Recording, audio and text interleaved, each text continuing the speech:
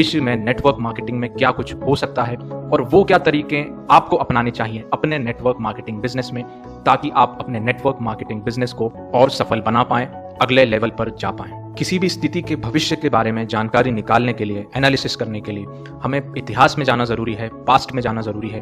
तो आइए हम लोग चलते हैं नेटवर्क मार्केटिंग के पास्ट में, जिसकी वजह से हम इसके भविष्य के बारे में और बेहतर तरीके से जान सकें। ये बात है सन 1934 की, ईयर 1934, जब यूनाइटेड स्टेट्स ऑफ अमेरिका में एक डायरेक्ट सेलिंग कंपनी ने शुरुआत की, जिसका नाम था कैलिफोर्निया विटामिन कंपनी। यही वो पहली नेटवर्क मार्केटिंग कंपनी थी जिसने लोगों को साइन अप कराया और उन्हें आगे प्रेरित किया वो उस कंपनी के प्रोडक्ट्स को अपने दोस्तों और रिश्तेदारों में सेल करें। इस शुरुआत के बाद में नेटवर्क मार्केटिंग में कई सुधार होने लगे और ये दुनिया के अलग अलग देशों में बहुत तेजी से फैलने लगा, जैसे कि Japan, UK, Brazil, Italy, Germany, France, Canada, Taiwan और चाइना। और ये देश कहलाने लगे top countries of network marketing. और फिर आखिरकार कई लोगों के इस इंडस्ट्री में सफल होने के बाद ये कॉन्सेप्ट आया इंडिया में सन 1996 में, ईयर 1996, जब एक प्रोडक्ट बेस्ड कंपनी ने डायरेक्ट सेलिंग की शुरुआत की इंडिया में। लेकिन अचानक से कुछ चिट फंड कंपनीज की वजह से, कुछ मनी रोटेशन कंपनीज की वजह से नेटवर्क मार्केटिंग का नाम खराब होने लगा। लोग नेटवर्क मार्केटिंग से नफरत करने लगे, लोग नेटवर्क मार्केटिंग के नाम से डरने लगे, लोग कहने लगे कि ये मेंबर स्कीम है, ये चेन सिस्टम है, इसमें जुड़ करके उनकी जिंदगी बदलेगी तो नहीं, लेकिन उन्हें बहुत नुकसान हो सकता है। लेकिन शायद इसे नेटवर्क मार्केटिंग डिस्ट्रीब्यूटर्स का जज्बा ही कहना चाहिए कि उन्होंने हार नहीं मानी और इन्हीं नेटवर्कर्स को साथ मिला इंडियन डायरेक्ट सेलिंग एसोसिएशन का और IDSA के तेजी से एक्शन में आने के बाद डायरेक्ट सेलिंग का माहौल धीरे धीरे बदलने लगा और 2018 के बाद डायरेक्ट सेलिंग तेजी से भारत में आगे बढ़ने लगा।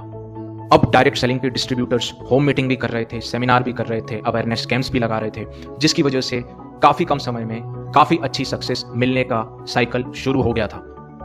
लेकिन किसी को भी नहीं पता था कि सन 2020 में, ईयर 2020 में कोविड-19 आ जाएगा।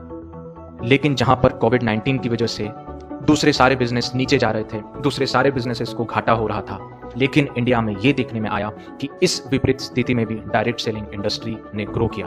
और अगर इसका क्रेडिट किसी को जाता है तो वो जाता है टेक्नोलॉजी को। लोग जूम मीटिंग के माध्यम से, वीडियो कॉन्फ्रेंसिंग के माध्यम से बहुत तेजी से एक दूसरे के साथ में जुड़ने लगे। जूम मीटिंग्स पर वेबिनार्स होने लगे, कंपनी मीटिंग्स होने लगी, जिसकी वजह से तेजी से लोगों को नॉलेज मिलता गया, लोग डायरेक्ट सेलिंग इंडस्ट्री के साथ में आते गए। अब अगर सन 1934, ईयर 1934 से ईयर 2020 को देखा जाए तो इसे बोलते हैं इवोल्यूशन ऑफ नेटवर्क मार्केटिंग। और इस इवोल्यूशन में ये बात आपको भी पता चल रही होगी कि नेटवर्क मार्केटिंग धीरे धीरे बढ़ता चला गया और नेटवर्क मार्केटिंग करने का तरीका धीरे धीरे बदलता चला गया। और अब आगे इस बात का अनुमान आप भी लगा पा रहे होंगे कि आगे चलकर के नेटवर्क मार्केटिंग टेक्नोलॉजी की मदद से होने वाली है। लेकिन जब हजारों लाखों लोग टेक्नोलॉजी की मदद से नेटवर्क मार्केटिंग को करेंगे तो स्थिति बहुत बदल जाएगी। इस बात में कोई शक नहीं है कि अगले कुछ सालों में डायरेक्ट सेलिंग इंडस्ट्री और बहुत तेजी से बढ़ने वाली है, क्योंकि काफी सारे लोगों ने अपनी जॉब्स खोई है और काफी सारे लोगों के पास में काम नहीं है। और ऐसे में ये बताया जा रहा है कि भविष्य में वो नेटवर्कर बहुत सफल हो जाएगा जो भीड़ से कुछ अलग करेगा, जो उन सारे लोगों से कुछ अलग करेगा जो टेक्नोलॉजी का इस्तेमाल कर रहे हैं। इसका मतलब कि भविष्य में सिर्फ टेक्नोलॉजी इस्तेमाल करने से काम नहीं चलेगा, कुछ अलग एक नेटवर्कर को करना होगा जिसकी वजह से वो भीड़ में अलग दिख सके, वो भीड़ में अपने बिजनेस की अलग पहचान बना सके।